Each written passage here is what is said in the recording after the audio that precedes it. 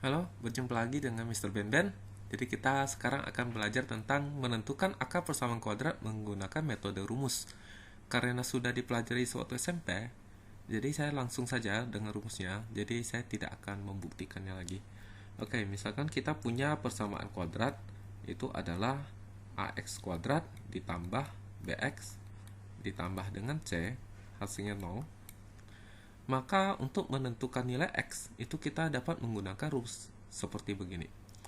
Jadi pertama-tama kita cari terlebih dahulu nilai D, yaitu B kuadrat dikurangi dengan 4AC. Nah, nilai D ini disebut dengan diskriminan.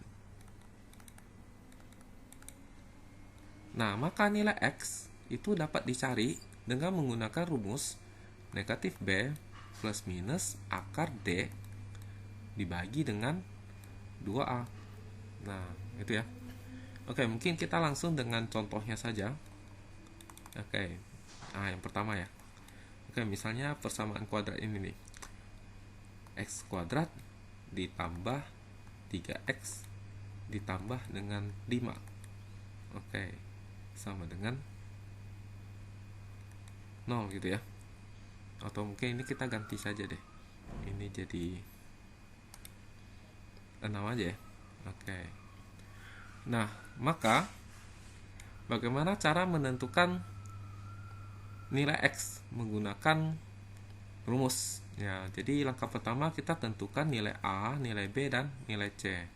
Jadi nilai A itu adalah koefisien dari X pangkat 2, yaitu 1 ya. Nah, di sini tidak terlihat, jadi sebenarnya 1 gitu.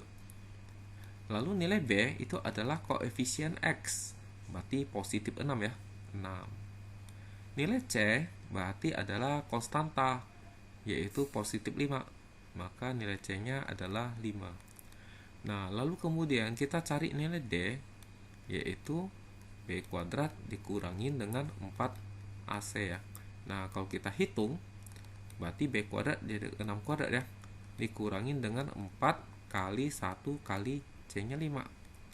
Nah, 6 kuadrat itu adalah 36, dikurangin dengan 20. Dapatnya adalah 16.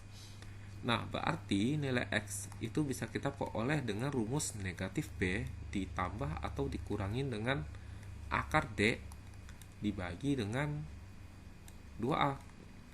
Nah, kita masukkan negatif B. B-nya 6. Negatif B berarti jadi negatif 6. Nah, ini plus minus ya, kayak akar dari D. D-nya adalah 16. Berarti akar 16 terus dibagi sama 2A. 2 kali A. A-nya 1. Jadi 2 kali 1. Nah, kita tahu bahwa akar dari 16 itu adalah 4. Gitu ya. Terus 2 kali 1 itu 2.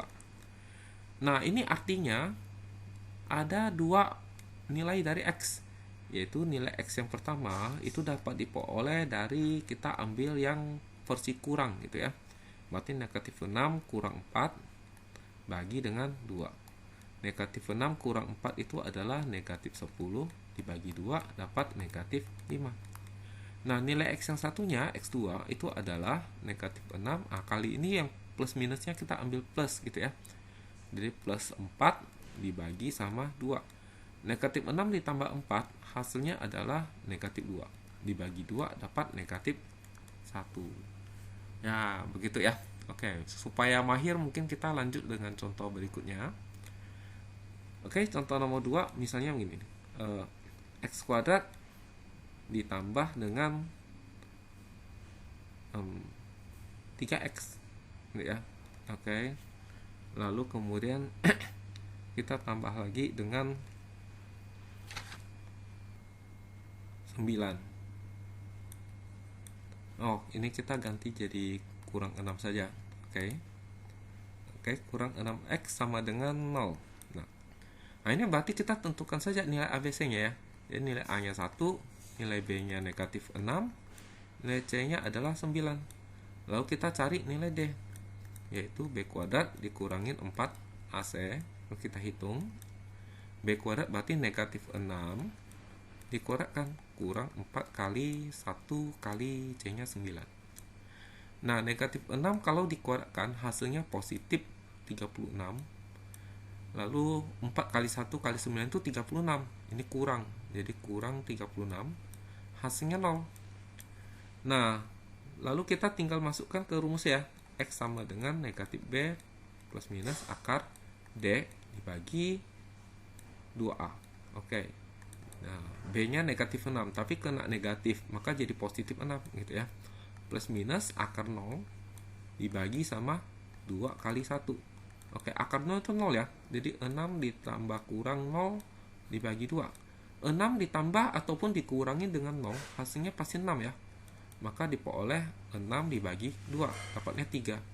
Loh, kok dapatnya cuma satu buah nilai X? Nah, makanya seperti ini disebut dengan akar kembar. Nah, di video berikutnya akan kita pelajari sifat-sifat bagaimana supaya dia bisa jadi akar kembar ya.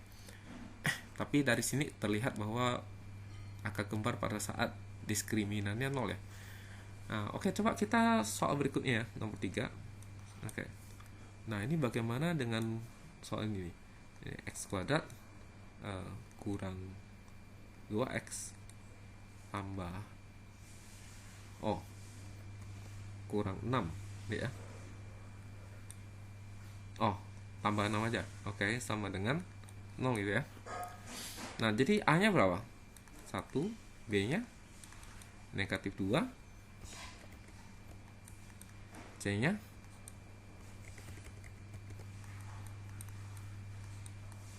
6 ya. Nah, maka D-nya itu adalah B kuadrat kurang 4AC.